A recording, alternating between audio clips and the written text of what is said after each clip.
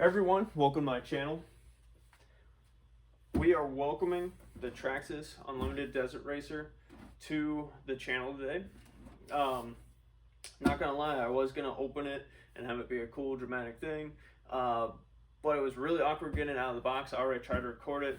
I just couldn't get the space and stuff for it. So here it is, the box taken out of the box. It goes 50 miles per hour. The thing is freaking huge. I did not expect it to be as big as it is. It is a 1/7 scale. I did a poll on which, high tier quality RC car should be the first on our channel, as we have done the Traxxas Slash 2-wheel drive and the Fortec 3.0 Supra. I went around playing with those for a couple months to see what I really liked, and I did like racing, but I really like the off-roading a bit more for where I am and what kind of terrain I have available to me. It seems a lot more fun to go off-roading and explore new places in the woods and stuff like that. So I did decide to go with the Unlimited Desert Racer. I like the scale of it. Yes, I know it's not a basher like the Slash. It's not quite as durable as the Slash. There's a lot more parts, but the scale of it is very, very cool.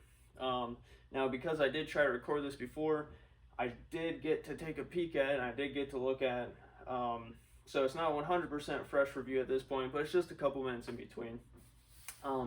So pretty cool. We did get the green rigid body versus the Fox body. The Fox body is mostly sold out on a lot of places. I do like the green. Honestly, I really like the orange and white Fox body from a previous generation. But this one is really cool. We do have the 6X VXL in here, as well as a brushless motor. And then this is kind of what it looks like without the body on. Now, taking a look at the actual car itself, this thing is massive. And then if we take a look at the suspension real quick, eats it. This car is like 15 pounds.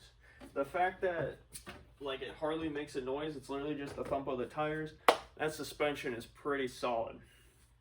Now, it does have, I believe, 8 shocks in it, essentially, is what I'm understanding how people like to put it.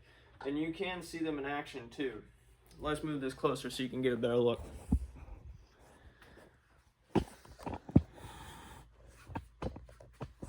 So you can actually see these moving back here. There's a lot of movement, and it's very smooth. You can feel the resistance all the way down through those shocks, but it's not something that's like too stiff or jerky. It's a very smooth. So they picked, I would say, a pretty good setup for this car and its weight. Now, we're really just welcoming it to the channel today in this video. I wanted to go over just a few things about the way it is, but I'm gonna turn this into a series. This is not a cheap truck. It's a very expensive truck. I would say that this is probably one of the coolest trucks in the hobby, in my opinion. I mean, we're really gonna find out how much I love it after I get to drive it for a while.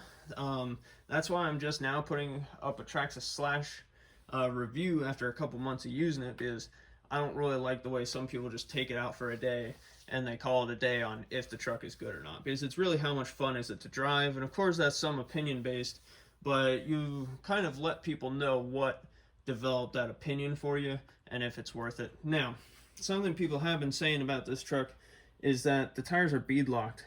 I'm pretty sure, from what I understand, these are not bead locked tires.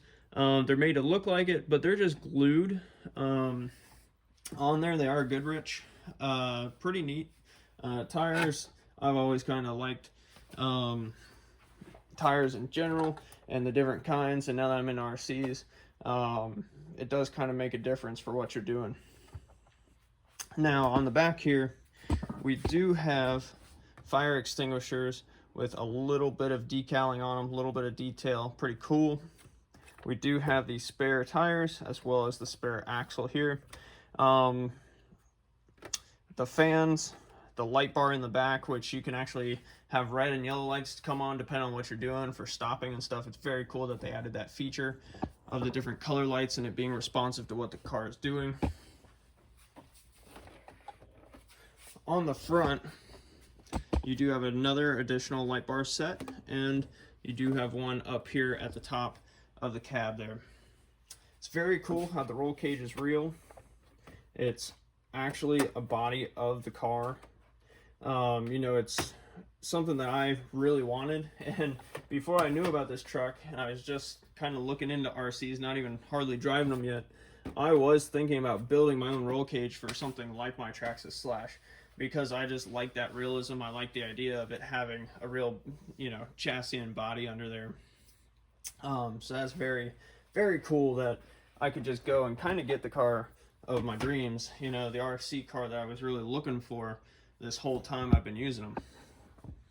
Now, something else that's pretty neat is the little drivers in there. We got two, and what I have heard online is that their heads swivel depending on where you're turning. I don't believe that's true, but I'm gonna try to find that out when I take it out for the first time. Of course, you can take the heads off. You can get different heads, so it's possible they have some sort of ability of action in there, but I kind of doubt it. Now, the other thing too is that this body is screwed into the frame at multiple points. This brings me to what our next video in the series is going to be, which is how we're going to do some upgrades to the Traxxas UDR from the get-go. Now, these aren't going to be replacing parts. These aren't going to be anything crazy. It's going to be stuff to help the longevity of our Traxxas, especially the body. So those screws and things are typically breaking points for the body. When it takes hits, it takes rolls, you know, flies, stuff gets up in there. Those points break because that plastic is going to tear off of those screws. So that is something that we are going to address in that next video. This is going to be an ongoing series.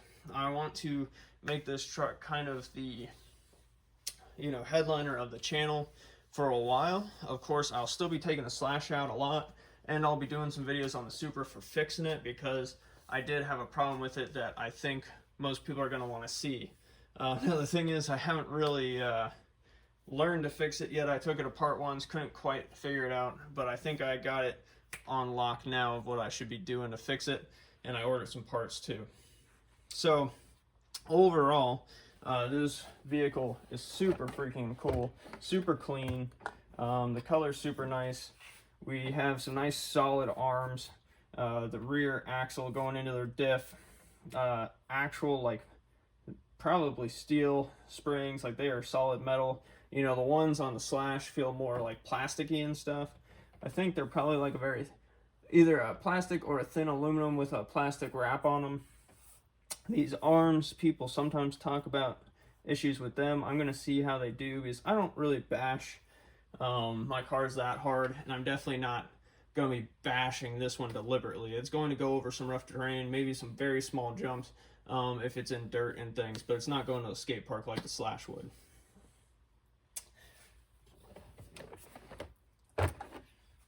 So anyways, I really thank you guys for watching. I hope you got to enjoy this cool truck and the way it looks for now. I will be uploading more. If you want to see the whole series on this Traxxas UDR, get my opinion on it, see if you should buy one. You should subscribe, comment, like, anything to do with this car. I will try to answer your questions as best as I can. And really, it is a huge purchase. Like, this was a hard decision for me to get.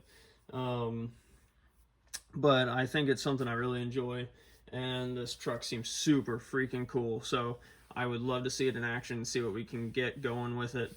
But until next time, guys, thank you for watching.